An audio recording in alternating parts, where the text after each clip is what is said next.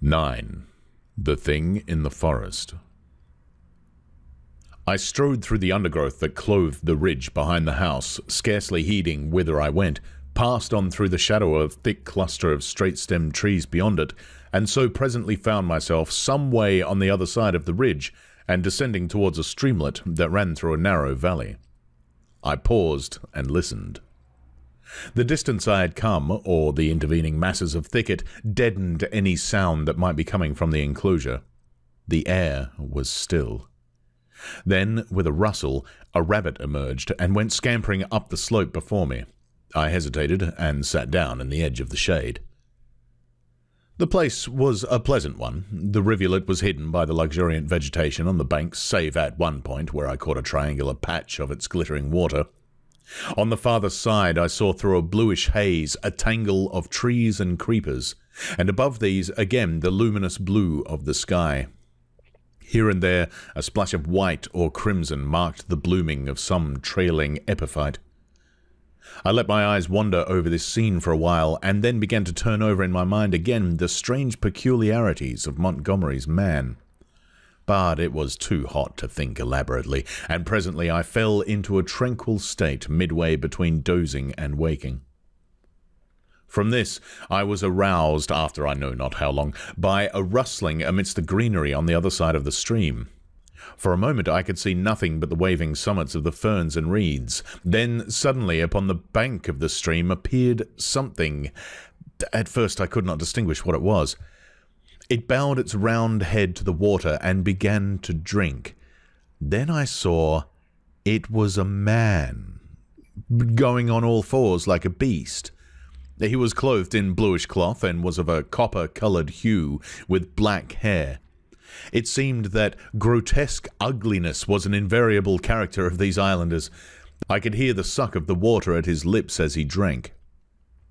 I leant forward to see him better, and a piece of lava, detached by my hand, went pattering down the slope. He looked up guiltily, and his eyes met mine.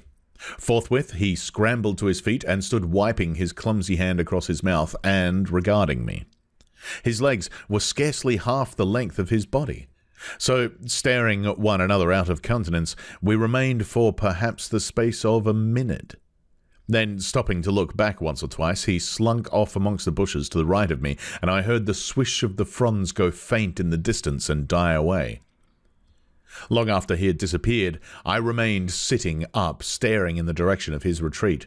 My drowsy tranquillity had gone. I was startled by a noise behind me, and turning suddenly saw the flapping white tail of a rabbit vanishing up the slope. I jumped to my feet. The apparition of this grotesque half-bestial creature had suddenly populated the stillness of the afternoon for me. I looked around me rather nervously, and regretted that I was unarmed.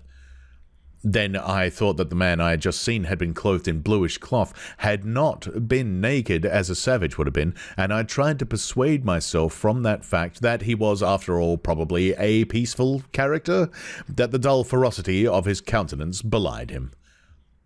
Yet I was greatly disturbed at the apparition. I walked to the left along the slope, turning my head about and peering this way and that amongst the straight stems of the trees. Why should a man go on all fours and drink with his lips? Presently I heard an animal wailing again, and taking it to be the puma, I turned about and walked in a direction diametrically opposed to the sound. This led me down to the stream, across which I stepped and pushed my way up through the undergrowth beyond. I was startled by a great patch of vivid scarlet on the ground, and going up to it, found it to be a particular fungus, branched and corrugated like a foliaceous lichen, but deliquescing into slime at the touch. And then, in the shadow of some luxuriant ferns, I came upon an unpleasant thing. The dead body of a rabbit, covered with shining flies, but still warm, and with the head torn off. I stopped aghast at the sight of the scattered blood. Here, at least, was one visitor to the island disposed of. There were no traces of other violence about it. It looked as though it had been suddenly snatched up and killed, and as I stared at the little furry body came the difficulty of how the thing had been done. The vague dread that had been in my mind since I had seen the inhuman face of the man at the stream grew distincter as I stood there. I began to realize the hardihood of my expedition amongst these unknown people. The thicket about me became altered to my imagination. Every shadow became something more than a shadow, became an ambush. Every rustle became a threat. Invisible things seemed watching me. I resolved to go back to the enclosure on the beach. I suddenly turned away and thrust myself violently, possibly even frantically, through the bushes, anxious to get a clear space around me again. I stopped just in time to prevent myself emerging upon an open space. It was a kind of glade in the forest made by a fall. Seedlings were already starting up to struggle for the vacant space, and beyond, the dense growth of stems and twining vines and splashes of fungus and flowers closed in again. Before me, squatting together upon the fungoid ruins of a huge fallen tree and still unaware of my approach, were 3 grotesque human figures. One was evidently a female, the other 2 were men. They were naked, save for swathings of scarlet cloth around their middle, and their skins were of a dull, pinkish drab colour, such as I had seen in no savages before. They had fat, heavy, chinless faces, retreating foreheads, and a scant, bristly hair upon their heads. I never saw such bestial-looking creatures. They were talking, or at least one of the men was talking to the other 2, and all 3 had been too closely interested to heed the rustling of my approach. They swayed their heads and shoulders from side to side. The speaker's words came thick and sloppy, though I could hear them distinctly. I could not distinguish what he said. He seemed to me to be reciting some complicated gibberish. Presently, his articulation became shriller, and spreading his hands, he rose to his feet. At that, the others began to gibber in unison, also rising to their feet, spreading their hands and swaying their bodies in rhythm with the chant. I noticed then the abnormal shortness of their legs and their lank, clumsy feet. All 3 began slowly to circle round, raising and stamping their feet and waving their arms. A kind of tune crept into their rhythmic recitation, and a refrain, Alula or Balula, it sounded like. Their eyes began to sparkle and their ugly faces to brighten with an expression of strange pleasure. Saliva dripped from their lipless mouths. Suddenly, as I watched their grotesque and unaccountable gestures, I perceived clearly for the first time what it was that had offended me, what had given me the 2 inconsistent and conflicting impressions of utter strangeness, and yet of the strangest familiarity. The 3 creatures engaged in this mysterious rite were human in shape, and yet human beings with the strangest air about them of some familiar animal. Each of these creatures, despite its human form, its rag of clothing, and the rough humanity of its body form, had woven into it, into its movements, into the expression of its countenance, into its whole presence, some now irresistible suggestion of a hog, a swinish taint, the unmistakable mark of the beast. I stood overcome by this amazing realization, and then the most horrible questions came rushing into my mind. They began leaping in the air, first one and then the other, whooping and grunting. Then one slipped and for a moment was on all fours, to recover indeed forthwith. But that transitory gleam of the true animalism of these monsters was enough. I turned as noiselessly as possible, and, becoming every now and again rigid with fear of being discovered, as a branch cracked or a leaf rustled, I pushed back into the bushes. It was long before I grew bolder and dared to move freely. My only idea for the moment was to get away from these foul beings, and I scarcely noticed that I had emerged upon a faint pathway amidst the trees. Then, suddenly traversing a little glade, I saw with an unpleasant start 2 clumsy legs among the trees, walking with noiseless footsteps, parallel with my course, and perhaps 30 yards away from me. The head and upper part of the body was hidden by a tangle of creeper. I stopped abruptly, hoping the creature did not see me. The feet stopped as I did. So nervous was I that I controlled an impulse to headlong flight with the utmost difficulty. Then, looking hard, I distinguished through the interlacing network the head and body of the brute I had seen drinking. He moved his head, and there was an emerald flash in his eyes as he glanced at me from the shadows of the trees, a half-luminous colour that vanished as he turned his head again. He was motionless for a moment, and then, with a noiseless tread, began running through the green confusion. In another moment he had vanished behind some bushes. I could not see him, but I felt that he had stopped and was watching me again. What on earth was he, man or beast? What did he want with me? I had no weapon, not even a stick. Flight would be madness. At any rate, the thing, whatever it was, lacked the courage to attack me. Setting my teeth hard, I walked straight towards him. I was anxious not to show the fear that seemed chilling my backbone. I pushed through a tangle of tall, white-flowered bushes and saw him 20 paces beyond, looking over his shoulder at me and hesitating. I advanced a step or two, looking steadfastly into his eyes. "Who are you?" said I. He tried to meet my gaze. "No," he said suddenly, and turning, went bounding away from me through the undergrowth. Then he turned and stared at me again. His eyes shone brightly out of the dusk under the trees. My heart was in my mouth, but I felt my only chance was bluff, and walked steadily towards him. He turned again and vanished into the dusk. Once more, I thought I caught the glint of his eyes, and that was all. For the first time, I realized how the lateness of the hour might affect me. The sun had set some minutes hence, the swift dusk of the tropics was already fading out of the eastern sky, and a pioneer moth fluttered silently by my head. Unless I would spend the night amongst the unknown dangers of the mysterious forest, I must hasten back to the enclosure. The thought of a return to that pain-haunted refuge was extremely disagreeable, but still more so was the idea of being overtaken in the open by darkness and all that darkness might conceal.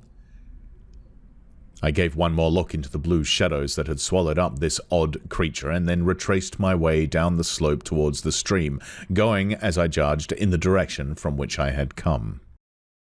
I walked eagerly, my mind confused with many things, and presently found myself in a level place amongst scattered trees. The colourless clearness that comes after the sunset flush was darkling. The blue sky above grew momentarily deeper, and the little stars, one by one, pierced the attenuated light. The interspaces of the trees, the gaps in the further vegetation that had been hazy blue in the daylight, grew black and mysterious. I pushed on. The colour vanished from the world. The treetops rose against the luminous blue sky in inky silhouette, and all below that outline melted into one formless blackness.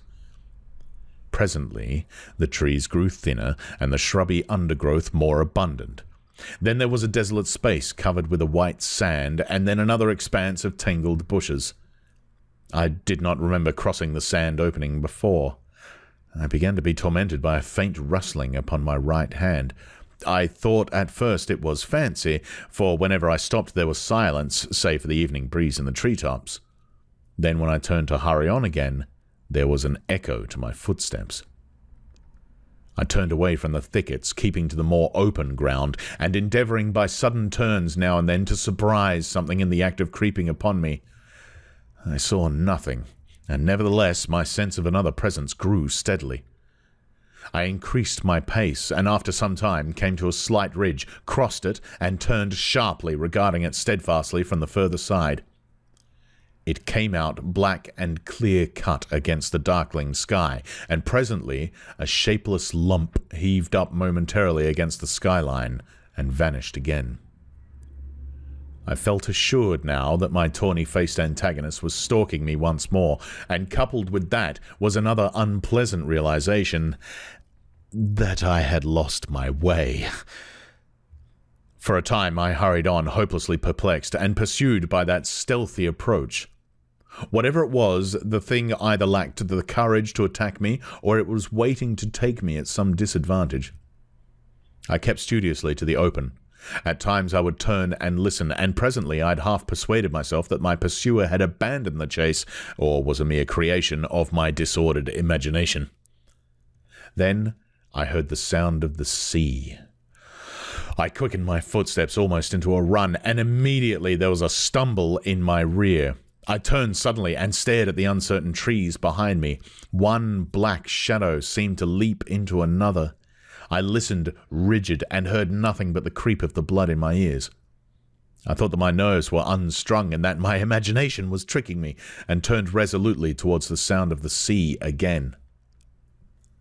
In a minute or so the trees grew thinner, and I emerged upon a bare, low headland running out into the sombre water.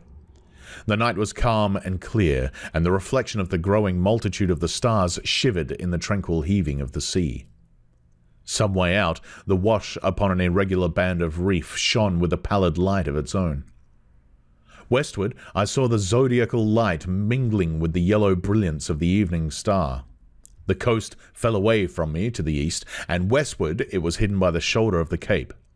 Then I recalled the fact that Moreau's beach lay to the west. A twig snapped behind me, and there was a rustle. I turned and stood facing the dark trees. I could see nothing, or else I could see too much. Every dark form in the dimness had its ominous quality, its peculiar suggestion of alert watchfulness. So I stood for perhaps a minute, and then with an eye to the trees still, turned westward to cross the headland. And as I moved, one among the lurking shadows moved to follow me.